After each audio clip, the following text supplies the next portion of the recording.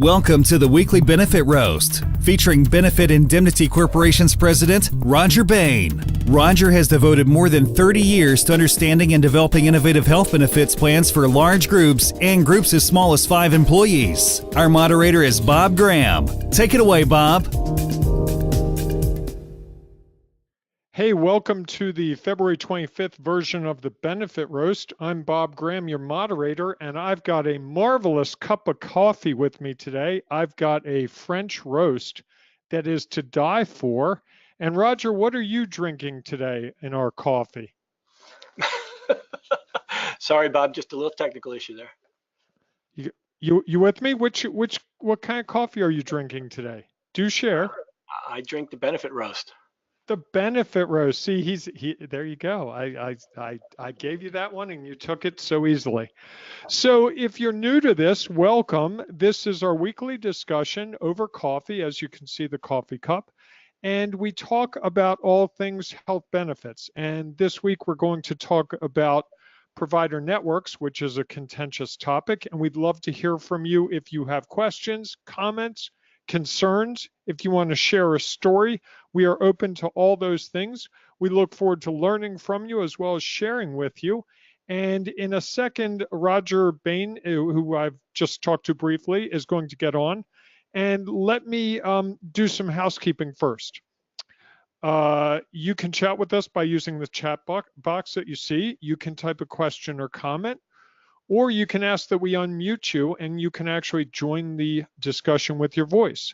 We hope to get as many of you as we can in the hour we have allotted, but there's no guarantee. Last week we had lots of questions and the time flew by, and we don't want to waste anyone's time, so we're going to move as quickly as possible. So with that, let me move to introducing Rodger Bayne, who is a small business owner like many of you, and he's been creating innovative health benefit solutions for many years. Rodger is the president of Benefit Indemnity Corporation, which is a national health benefits provider located right here in lovely and windy Baltimore today. And Rodger's one of those people that doesn't just think about health benefits for a couple hours a day. He thinks about them day and night. I'm amazed at how many times I see him on Monday morning and he will tell me something that he thought about with health benefits over the weekend, or in the middle of the day will have brought up something in the morning and by afternoon he's got some insight on it. So you're getting really a great person to talk to about these things. And we're going to start today with Rodger with just a couple of slides talking about provider networks and whether they're effective or not. And Rodger, I got to tell you, I'm leaning towards the not side of the equation myself. So maybe you can convince me otherwise. Go ahead. Well, Bob, we'll have a little bit of good luck to try and convince you otherwise, because I think I'm of the same school of thought that we have a lot of challenges in what's going on in reimbursement methodologies between preferred provider organizations and the new narrow networks and a number of other things. And to talk about that, I want to talk a little bit about the history of that benefit reimbursement for a minute, because for years, back, my years number just over 32 years in this business now. And in the old days, it was all about usual, customary, and reasonable rates. So we would just look at databases of what doctors in the area are charging for a certain procedure, and we pay some percentile of that number and just go to business that way. But the problem was the customer's feelings in that regard is that those were arbitrary, even though they were done with a lot of data searching and a lot of grilling of numbers in back offices of insurance companies. Because customers aren't part and parcel to that discussion, it appears arbitrary to them, so that whenever their doctor charges one number and the insurance company wants to pay less, it's the big bad insurance company that's the problem, even when their physician might be charging twice as much as a physician just down the block. So it really doesn't matter. It's always the insurance company is the bad guys, because there's a lacking of transparency and nobody knows where those fees came from. Rodger, can I jump in? We've got a question from Lisa, which is, how does anyone know what a doctor or hospital charges anyway? And I think that's relevant to what you're talking about now. Can you work that into your comments, please? Well, yeah, I think it is. The real challenge, Lisa, with this is the bullet that's on the screen now is lacking of transparency. Nobody really knows. It is really hard to establish that. Years ago, Great West commanded or commissioned a study by the Rand Corporation that went out to look at all Americans, and they started surveying Americans, and the American citizen could pick the price of a new Honda Civic within $300, but we're off by over 50% on a 3-day hospital stay. So Americans just don't know what our healthcare costs. We have no idea. And oftentimes when we ask our physicians what a procedure will cost, they say, I don't know. Everybody pays me differently. And so you've got different hospitals, different negotiations, different providers or healthcare payers, plan payers, and everybody's all over the map. And we'll illustrate a little bit of that today as we go forward. But Rodger, can I jump in and just say, doesn't this sound a lot like airlines, where the price I get for a flight today is different than the price I get tomorrow? And if I sit in the front, it's different. And if I sit in the back, and if I go through Travelocity or one of those services, it's a different rate. This certainly, insurance isn't the only area, or provider networks aren't the only area where we see this lack of transparency. Well, I agree that in one respect, it feels like the airlines, and then it's all over the place. And the problem is it's even more complex than that. For example, at least with an airline, you know what your ticket costs when you buy it. In the medical profession, that same survey indicated that there was a very high percentage of Americans that did not know what their healthcare expenses would be until after they got the bill or the adjustment from their insurance company, and another high percentage that never knew the final number of what their healthcare expenses were. Certainly different than an airline bill. You know what you're paying because you're paying it. Problem is, with a third-party payer system, when you have an insurance company paying a portion of the bill, you know what your portion is. You don't know the full picture unless you're studying all of the documents that come in, and even then, it's after the fact. It's too late to do anything about it. So that's a big part of this. That causes code creep, where doctors start charging more, because a physician really would hate to be charging less than what the insurance company is willing to reimburse him for a medical claim. So all of a sudden they find out that they're getting 100% reimbursement on whatever they bill the insurance company, and they figure, well, something must be wrong. I better charge a little bit more and let them knock me down to their maximum fee. And that causes that code creep, which is an artificial form of medical inflation. And of course, that forces utilization, where some physicians will actually do more procedures, et cetera, to generate more revenue. So enters, after all this history, and again, that's a really short, condensed version for our coffee chat today, but then we enter into the preferred provider organization arena that came out in the late 80s, early 90s in response to HMO market development and Blue Cross organizations and all of those things that start to decide a means and a method to reimburse providers. So in a PPO, we're talking about getting a discount from that retail charge. So we go out and talk to hospitals, doctors, labs, everyone, and we start negotiating some discounts. Well, in hospitals, for example, the billable charges across this country average between 300% and 1100% of what Medicare pays them. Now that sounds outrageous, right? We're talking about a very wide span of charges. Part of that is based on cost of living. Part of that is based on the nature of the hospital, whether it's a teaching hospital or a research hospital, or what their costs are, and even sometimes of how much uncompensated care they deliver based on the neighborhood that they're in. So when you look at these wide ranges, the point isn't the 300 to the 1100 necessarily, although that's a big component to the lack of predictability.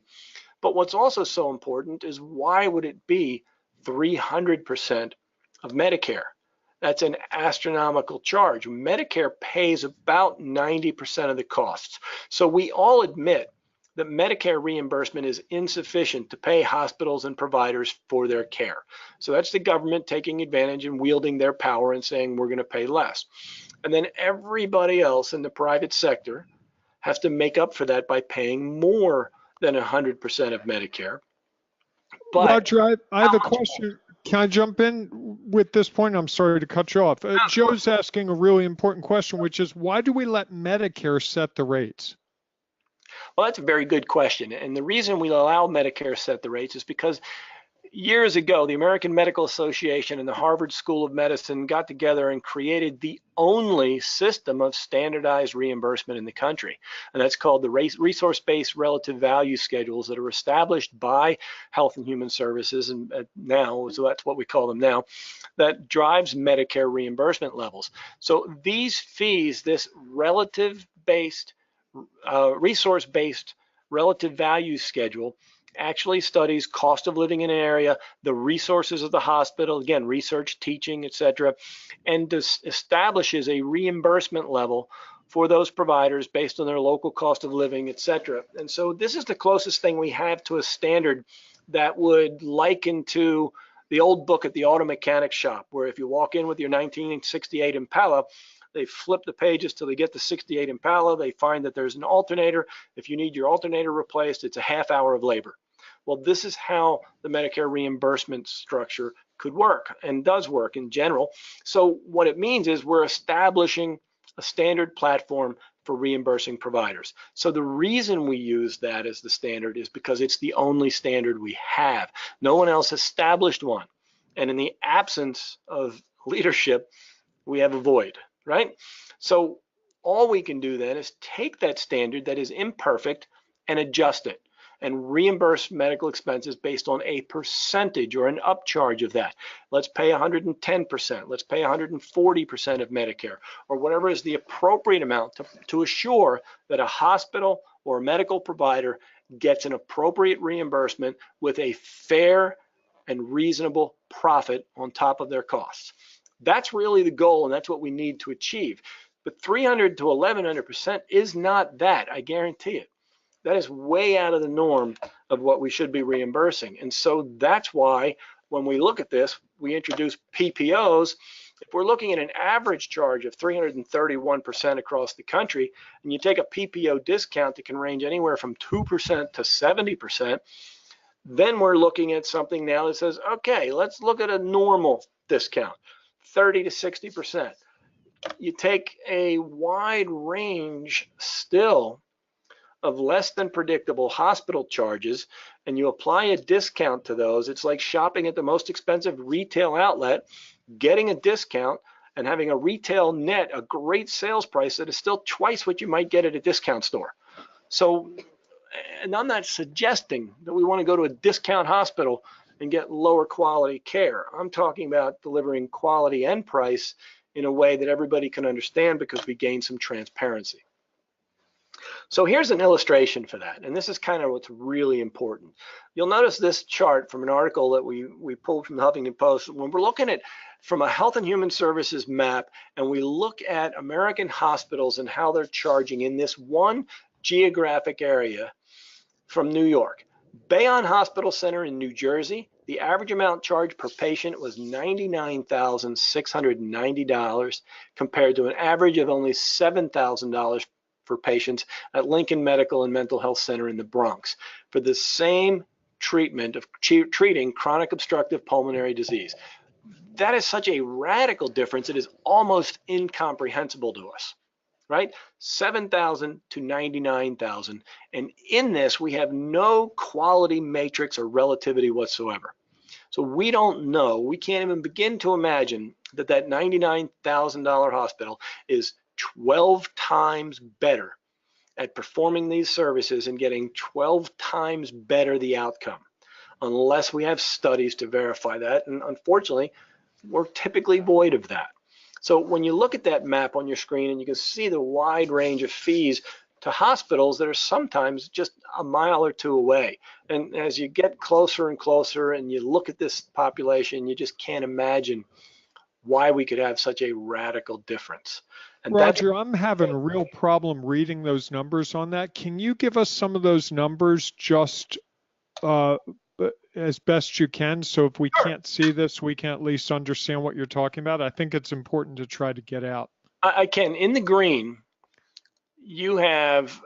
So that looks to me like it's New York, correct? Right. And you have $7,044 at that's the Lincoln Medical and Mental Health Center in the Bronx. Okay. And in the red highlighted is $99,690 from Bayonne Hospital Center in New Jersey. Now, Okay. just below that red is a $21,000 number. Below that, a $17,000 number. To the So right, all New Jersey, those three, right?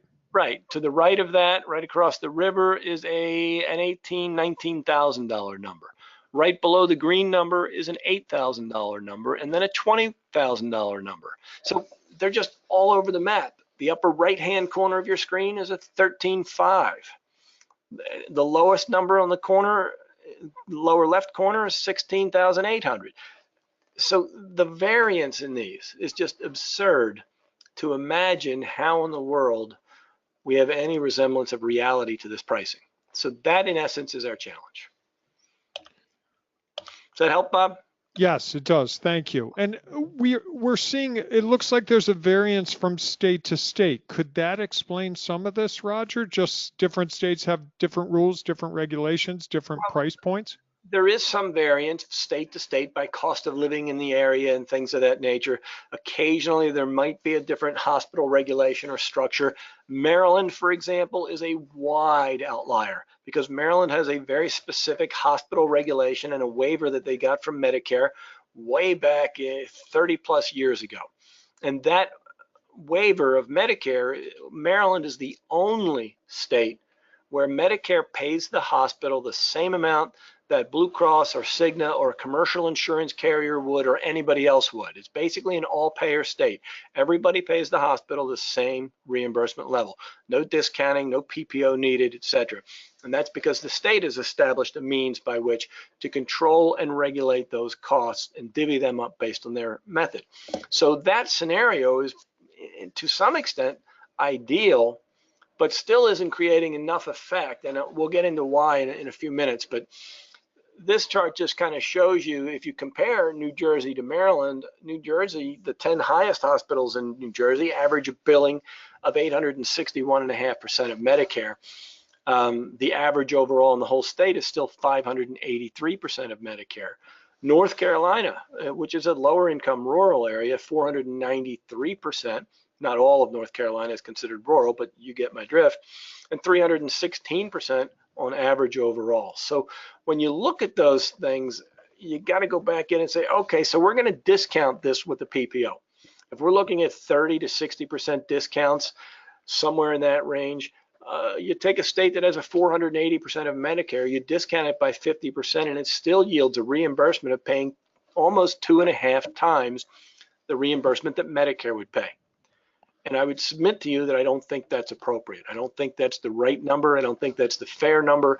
And that is, in essence, our challenge with PPOs today. How do we get a high performance PPO to actually create the appropriate direction and the steerage to the hospital that's best for the condition and with the right price? Again, actual hospital costs are typically just above Medicare. Medicare is reimbursing about 90%. This gives you a little bit of an idea. In one particular area, a lower joint replacement, the red is the Medicare payment and the blue is the typical hospital charge. And you see just how radical that charge is and how— Rodger, I'm not seeing a change in your slides. Did you change slides? I don't see a blue. I thought they were there. Let me take a look and see. What do you have on your screen, Bob? Now I do. There Okay. you go. Good. Thank you. And if you could describe these for the people who are not going to be able to see that, that would be great. Right. Okay, so what we have here on the second slide of the similar nature, with heart failure with a major complication. Alaska Native Medical Center, again, the red is the Medicare payment, the blue is what the hospital charges. The Alaska Regional Hospital, look at how much different the charge is. So when you talk Over about $45,000 yeah, and then compared you look, to about $14,000, it looks like. that's correct. And then if you look at Bartlett Regional, you're looking at 12,000 compared to 22,000. If you look at Central Peninsula General Hospital, you're looking at 10,000 versus 31,000. I mean, the disparity is just so unexplainable and ridiculous that it is very difficult for us to understand how it makes any sense other than let's throw it up there and see what we can get. And so when we look at that, it's a challenge. Now, this spreadsheet is really important piece of the exercise, because we all know that if Medicare and Medicaid are going to pay just under 90% of the cost of care, the hospitals and doctors have to make up for it somewhere, right? And if some portion of the population doesn't pay at all, then there's no reimbursement for that. So what I did is took a number of about $10 million worth of services. And then to that $10 million worth of services, meaning it cost the hospital $10 million, and we put on there a 15% profit margin, which is slightly above the typical hospital profit margin. The average profit margin around this country for hospitals, I'm told, is about 12%. So now I'm saying let's go 15%. And that means on $10 million worth of costs of medical care, we need to get $11.5 million in revenue in order to generate a fair and reasonable profit for the hospital. If the patient volume is 37% in Medicare and Medicaid, that means for that $3.7 million in care, we're only going to get $3.3 million in reimbursement from Medicare. So we have a shortfall. And then if we have 5% uncompensated care, which is about the average, typical average for the United States, and what we're running in care that just doesn't get paid. This would be people who do not have money, do not have insurance, and are required by law to be serviced, correct? That's correct. They have no coverage or no assets, and they were presented to the emergency room with something that just had to be treated. And so that 5% of the population, that's another $500,000 worth of cost with no reimbursement. So the number that's fixed is the 8.2 million in the reimbursement column at the bottom that we have to get from everybody else. So if 58% of the population needs to generate $8.2 million worth of care of revenue on $5.8 million worth of care, that means a reasonable reimbursement level in that scenario is 1.415 or 142% of Medicare, not 250%, 300%, or 1100% of Medicare. So let me see if I can put this in English, Rodger, really quickly. That means that Medicare, Medicaid, and uncompensated care is not paying enough of their fair share, and therefore people who have private insurance are forced to pay the difference. That is correct. That's what we call cost shifting in America. Okay. We had there is a healthcare economist named Uwe Reinhardt that described it as the American healthcare system is working on a hydraulic system. Every time you push down on a column like Medicare or Medicaid reimbursement, the other column in that chart would go up higher. And so every time we squeeze on hospital reimbursement or government reimbursement, and we cost shift that way, we're shifting more cost to the retail private pay patients. And that's why we see this disparity in how much has to be paid. Makes sense, but it's very frustrating. Well, it's outrageously frustrating, and I understand that. And that's why we're looking at this new methodology called reference-based pricing. And there's a few different models for that, but if we look at a particular area, in this case, these were zip codes in and around Pittsburgh, Pennsylvania, where the hospital billing rates were around 525% of Medicare. The typical discounts in those regions were 56%, which means your PPO reimbursement would be 231% of Medicare. However, one model of reference-based pricing said we're going to pay the hospital either the greater of 120% of Medicare or cost plus 12%. So that means we're going to look at the hospital actual costs. And what most people don't understand or don't realize in this country, that every hospital that ever provides patient care for Medicare patients and gets reimbursed by Medicare must disclose to the Department of HHS their actual cost for delivering care for all of the services in that hospital every year by sworn affidavit. So we know, it's public information, what the hospital's actual cost is. So we know how to pay them a reasonable profit by looking at that cost, comparing it to Medicare, and we either pay 120% of Medicare or cost plus 12% profit, which is a reasonable approach. And you'll see how in one of those two zip codes in that area, we've got a 72% savings, and another zip code, it's a 14% savings. So in that particular other area, maybe we have a teaching hospital or a research hospital that has a higher reimbursement model. And so there's just different structures in how that works, but difficult to explain all of the variances, but certainly more predictable in knowing what we're paying is going to be well below that 525.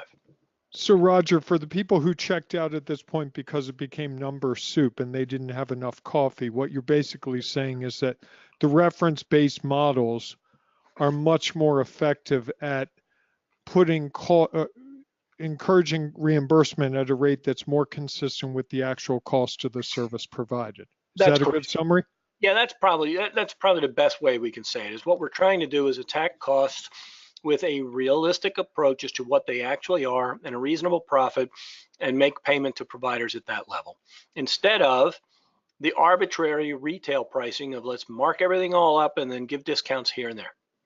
Okay, and Rodger, I've got a couple of questions. My guess is people are asking questions to avoid you going to another slide or another description of all these numbers. And to those people who have sent us questions, thank you so much, because it was bogging me down a little bit too.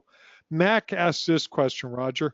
What happens if a medical professional refuses to provide care at this, quote, reference-based price? Well, that's a really good question, because what that means is we have to find out why. Why is that physician refusing a reimbursement level that justifies cost plus profit, but maybe not enough profit for that physician? Is he that good? Does he have some extraordinary cost?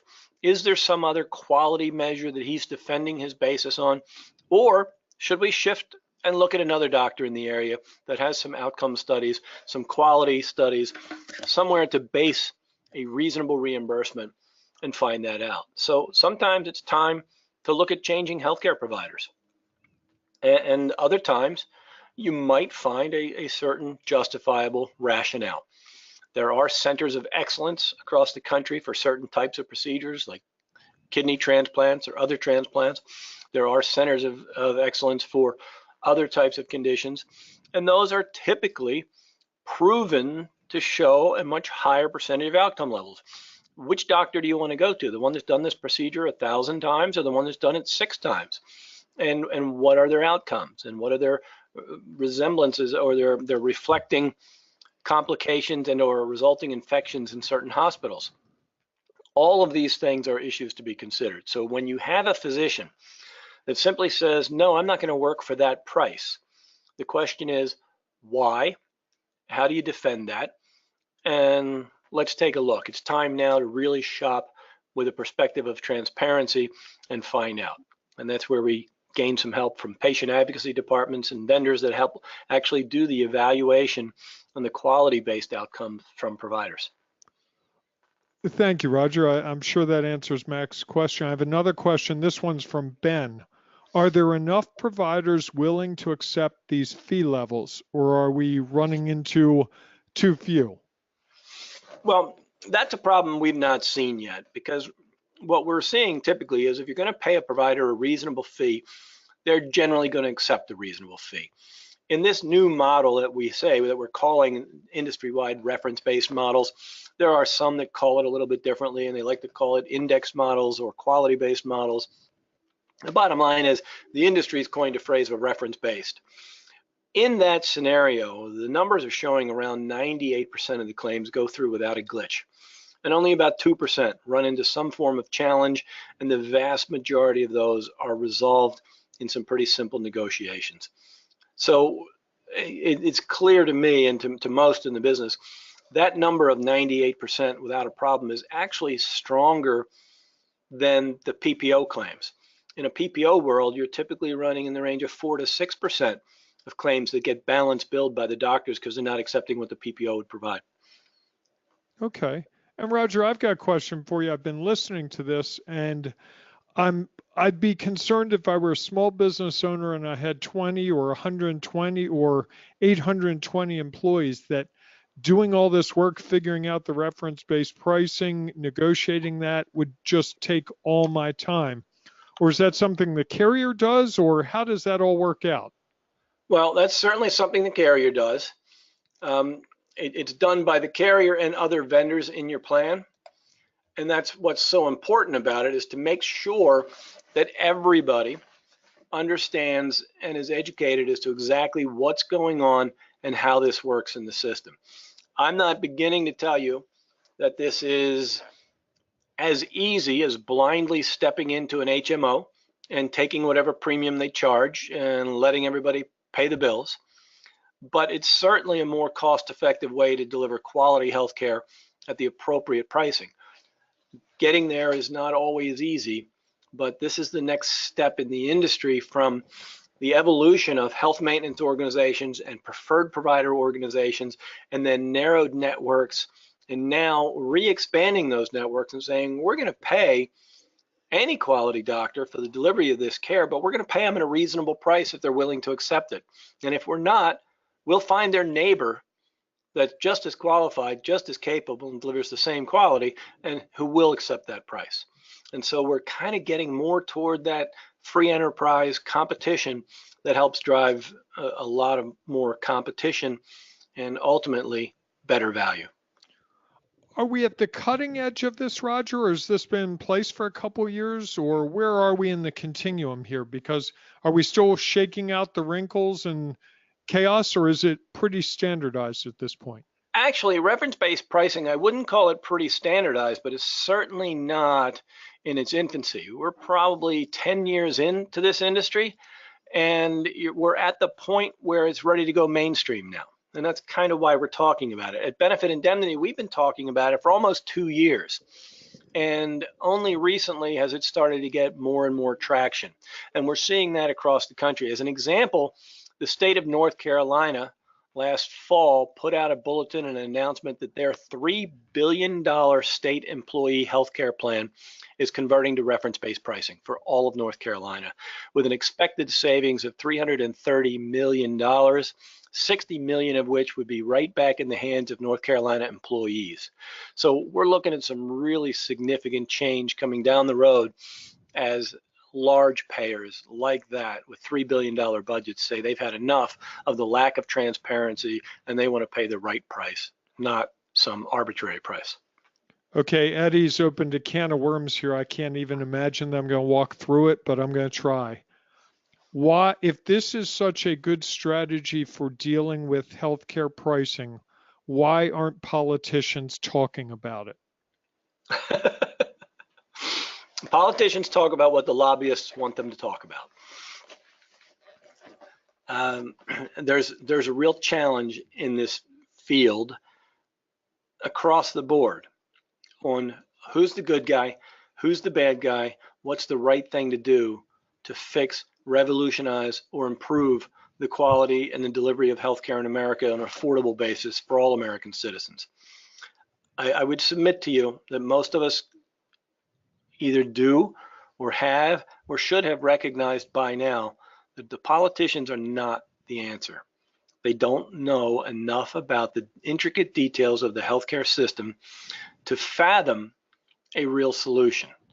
So we keep looking at major challenges. We've seen, in my 32 years, I've seen a half a dozen major sweeping changes, some that just failed, some that actually got repealed months after being passed.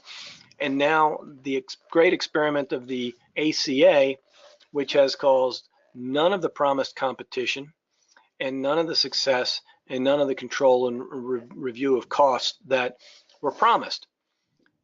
And so when we look at those things, we have to say, let's take some initiative and let's find out why the problem exists. And if it's simply a function of bills being arbitrary, we can correct that with transparency and standards. And that's pretty logical of an approach in how to control healthcare costs. So you think that reference-based pricing could be the solution to all these problems? Well, reference-based solution certainly is not going to be the entire solution to the healthcare crisis, but it certainly helps give us a real avenue to bring some reality into the pricing mechanics. And the experience we've been having as an industry is showing some real promise in controlling healthcare costs and providing some pretty significant savings. Okay, Roger, I have a comment from Steve who says, wow, that's a lot to take in, but I appreciate the insights. So I think that's probably the right place for us to close things today with a nice compliment like that. I want to thank Rodger for his information and his slides and his incredible knowledge of the minutia here that I had no idea even existed. And we will be back next Monday with another episode of the Benefit Roast. And Rodger, I don't remember what the topic is. Do you remember what next week's topic is? Offhand, Bob, I do not. I will have to look that up, and we'll certainly get it out to everybody. Okay, thank you, everyone. Have a great day. Thank you. Listening to the Benefit Roast, a weekly discussion sponsored by Benefit Indemnity Corporation. Employers in a wide range of fields are using employer-owned health benefits plans to deliver better benefits to their employees at a lower cost. Learn more at benefitindemnity.co. That's benefitindemnity.co. See you again next week.